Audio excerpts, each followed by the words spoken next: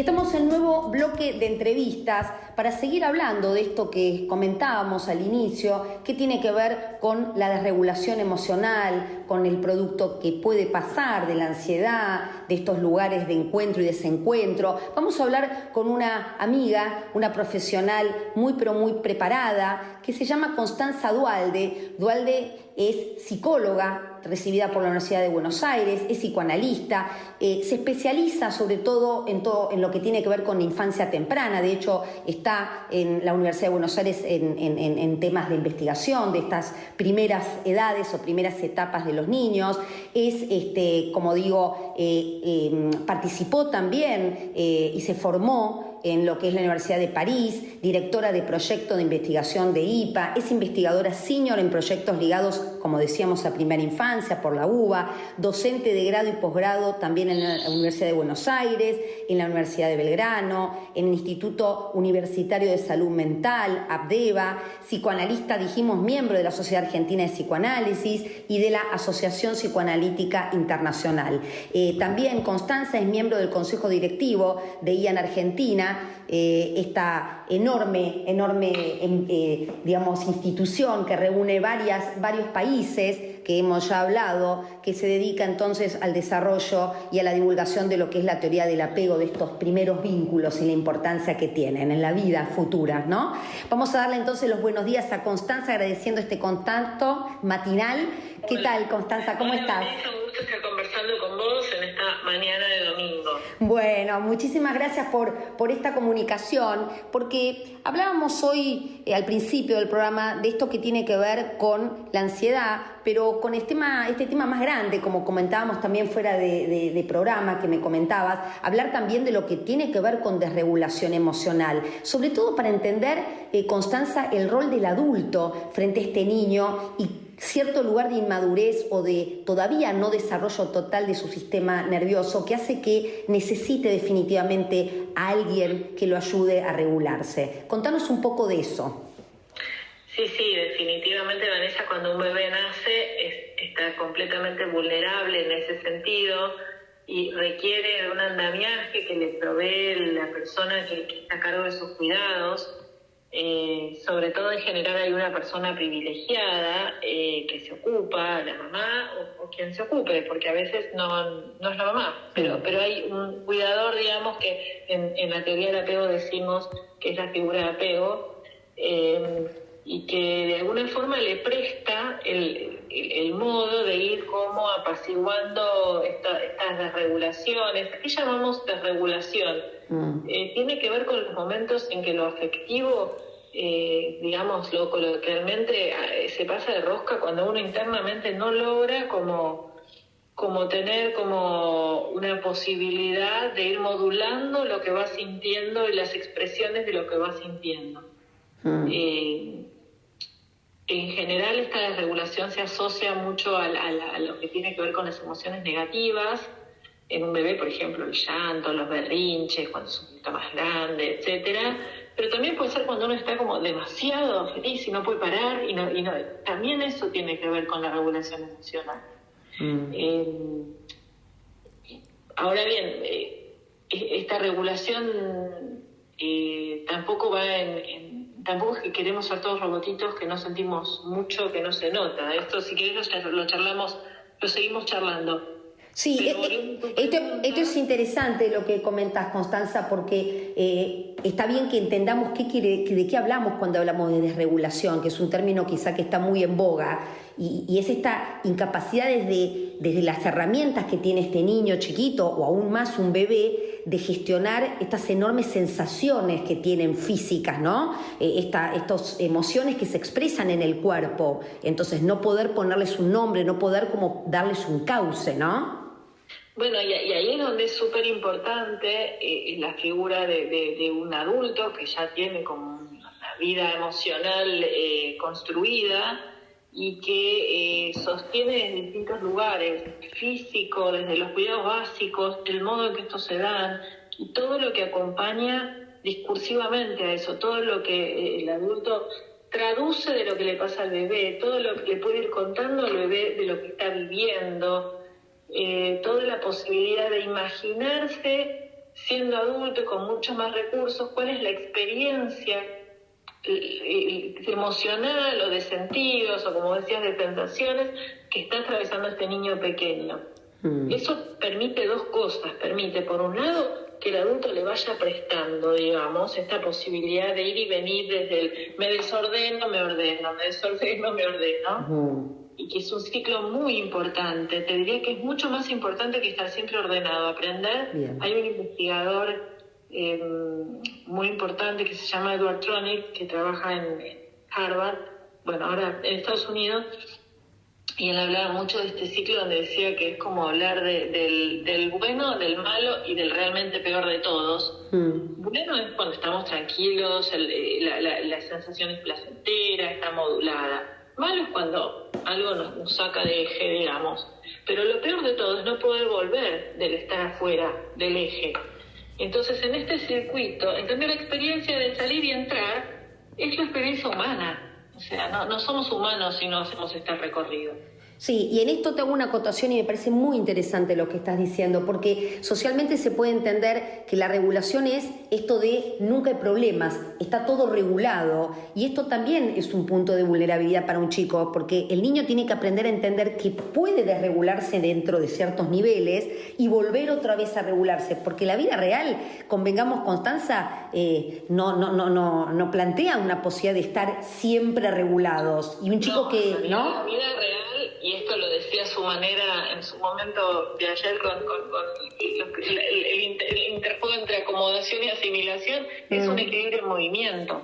Exacto. Y si uno no lo entiende en movimiento, no está vivo. O sea que hay algo de eso, sí. Y esto pasa con los niños y de alguna manera está incorporado en los adultos. Entonces el adulto, por doble vía le da al niño el sostén, la explicación, no sé qué, pero también desde su propia regulación y su propia posibilidad de manejar este movimiento interno, ¿no? Sí. Un adulto que le dice al niño, tenés que estar tranquilo, pero que se pone muy nervioso y medio que se saca cuando el niño no responde a lo que está necesitando el adulto, está diciendo una cosa y haciendo otra.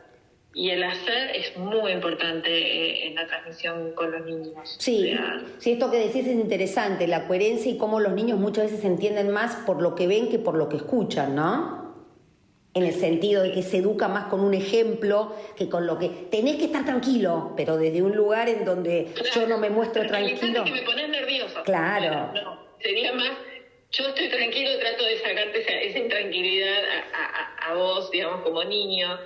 Es difícil, aparte criar niños pequeños es muy difícil, hay que estar ahí. Familias cuando tienen 1, 2, entre 2, 4 años, un bebé, es como, también es muy divertido, porque hay todo un movimiento. Sí, pero está bueno, Constanza, que podamos también desmitificar esta maternidad y hablar de maternidad real, en donde la maternidad real implica también un enorme esfuerzo psíquico y físico para criar a un niño, porque no es solamente el tema de desde lo afuera, es también desde lo que a cada padre le representa tener un niño y, como dijiste vos hace un rato, ser opción para otro. Uno como adulto presta su parte evolutiva para regular a un niño, pero el tema es, ¿yo puedo regularme? Pues si yo no me puedo regular, ¿cómo puede ser cómo hago para regular a otro, no?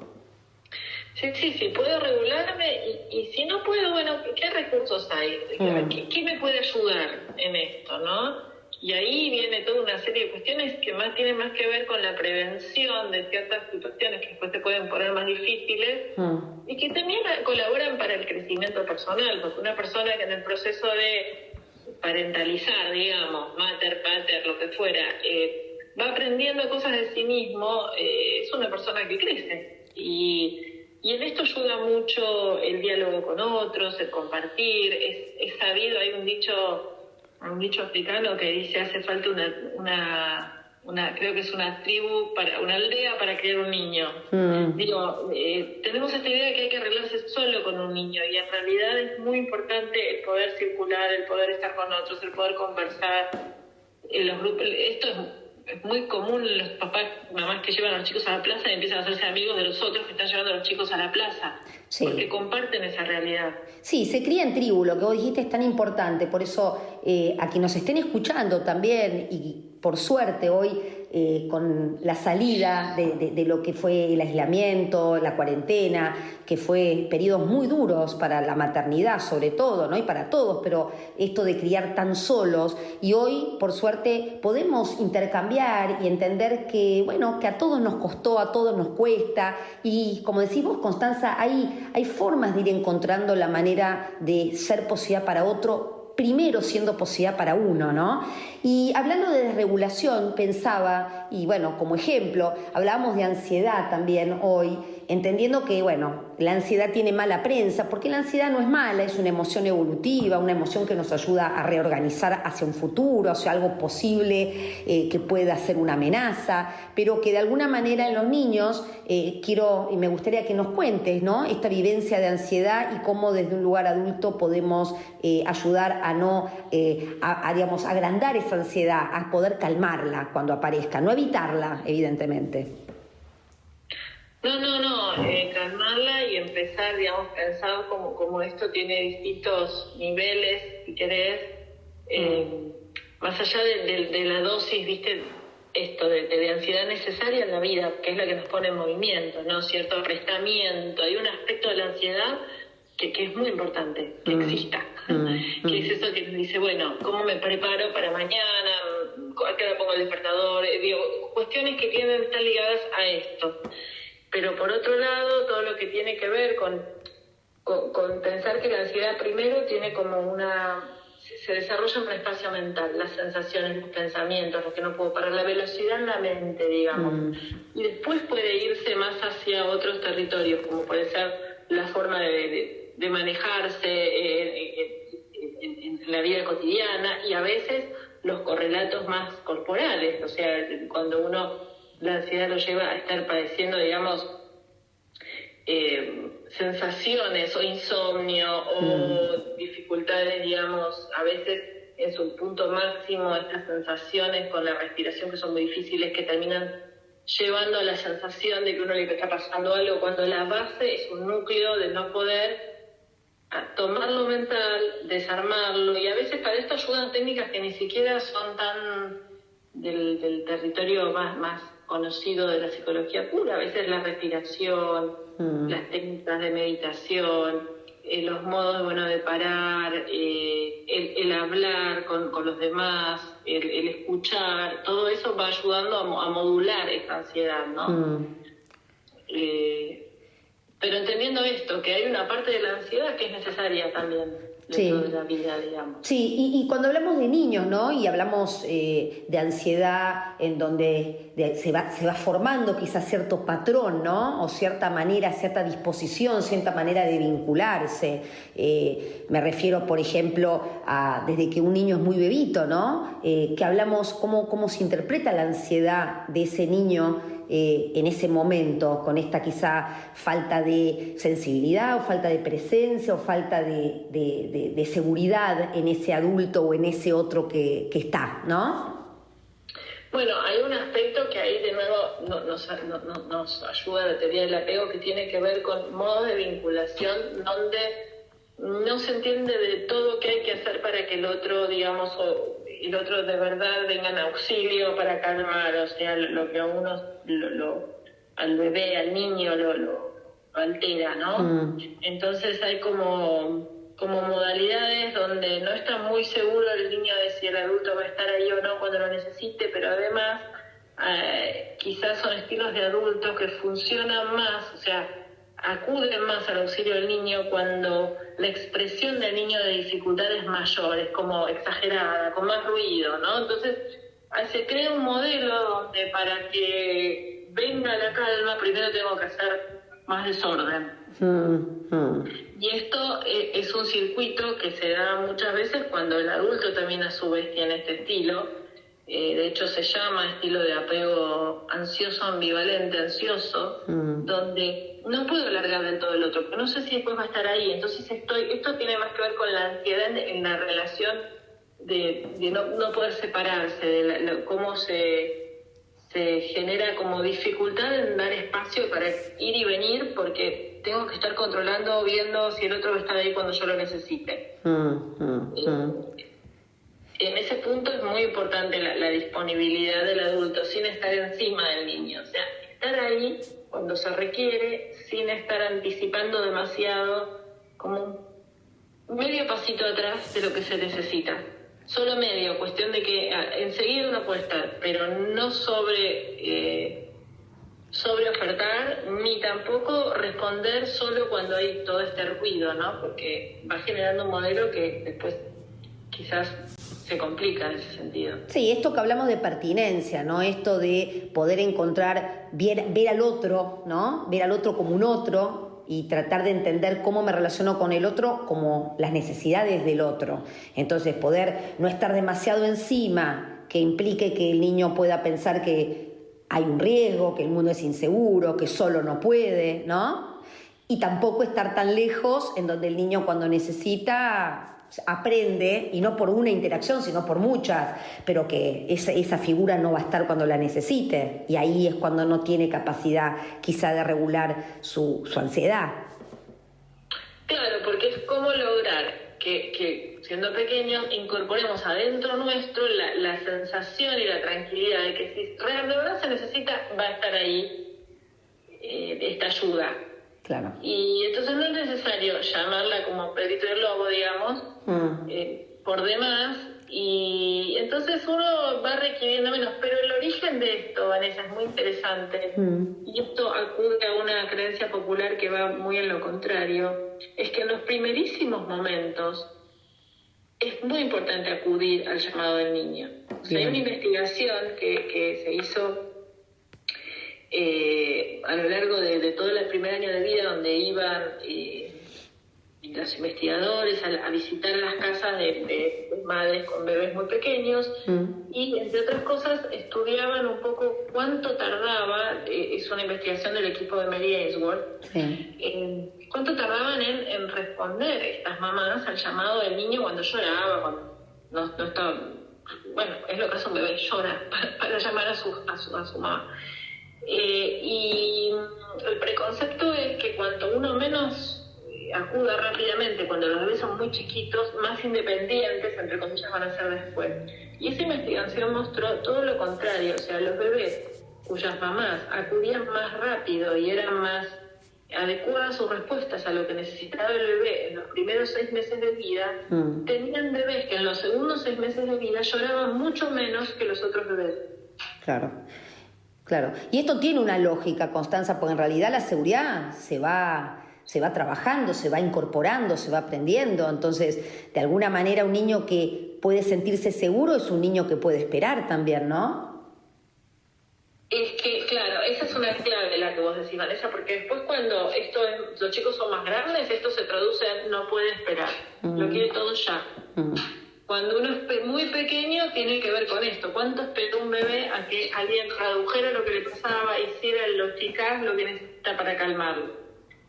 Igual, vuelvo, se hace lo que se puede. Lógico. Muy difícil criar un bebé pequeño y uno hace lo mejor con lo que tiene y con lo que puede. Y además, después hay tiempo y modos de rectificar. A través de otros vínculos, a través de aprendizajes que hacen los padres y que modifican su forma de estar con sus hijos, a través de la terapia, por supuesto, que es un excelente recurso.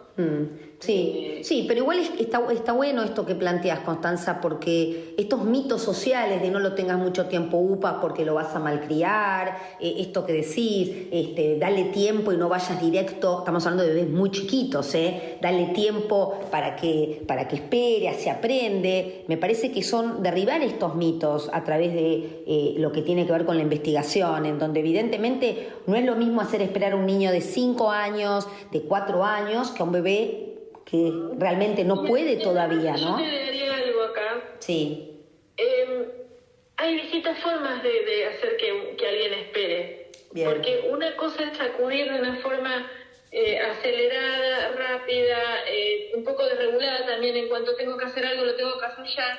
Otra es hacer esperar en la medida en que uno puede ir conversando. Para los niños está el canal de contacto físico directo, pero también está la voz. Entonces una mamá puede ir acudiendo a lo que necesita el bebé, decirle lo que cree que le pasa, acercarse, tomarlo, y después ir alejando un poquito estas respuestas, no dejándolo solo. O sea, dejarlo solo nunca es una buena opción, Bien. pero hay distintas maneras de acercarse, en modos, en velocidad, en lo que fuera.